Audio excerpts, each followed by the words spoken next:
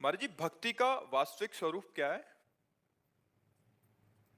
तदर्पिता अखिलाचारिता तद्विस्मरणेन परम व्याकुलतेति। देवर्षि नारद जी। समस्त आचरण, समस्त क्रियाएं श्री कृष्ण अनुकूलेन प्रतिकूलस्य विसर्जनम, भगवान के प्रतिकूल आचरणों का त्याग और भगवान के अनुकूल आचरणों को करना, अर्थात तस्मात् शास्त्रम प्रमाणम ते कार्या कार्यो व्यवस्थितो। जो शास्त्र ने प्रमाण किया है ये करना चाहिए, वो भगवान के अनुकूल होता है, और जो प्रतिकूल निषेध किया है कि नहीं करना चाहिए, वो हमें नहीं करना चाहिए। और जो भागवतिक आज्ञा के अंतर्गत हम कर्म करते हैं वो तदर्पिता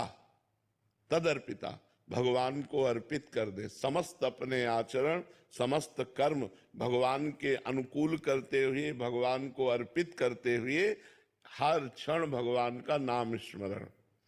अगर एक भी पल के लिए नाम छूट जाए तो जैसे मछली को जल से अलग करो तो तड़पने लगती है, ऐसे परम व्याकुलते थे, हृदय व्याकुल हो जाए, भगवान का स्मरण कैसे छूट गया।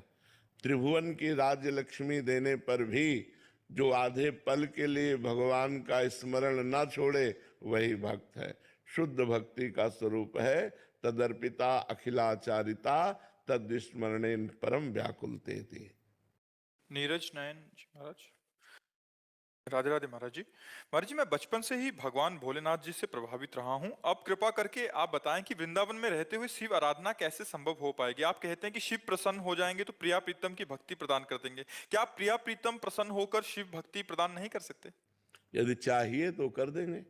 आप प्रिया प्रीतम से मांगिए कि हमें भगवान शंकर की भक्ति प्रदान कीजिए, तो भगवान शंकर की भक्ति प्रदान कर देंगे, क्योंकि दोनों एक दूसरे के पूरक पाए गए हैं। अगर आप हरि की आराधना करते हैं और उनसे याचना करते हैं तो हमें लगता है भगवान शंकर की आराधना जरूर उसके जीवन में होगी, और अगर भगवान शंकर की आराधना हुई है तो हरि भक्ति जरूर उसके हृदय में आएगी। ये दोनों एक दूसरे के पूरक पाए गए हैं। देखो, औरो एक गुपुत मत सबई कहो कर जोर, शंकर भजन बिना नर भगत न पावे मोर।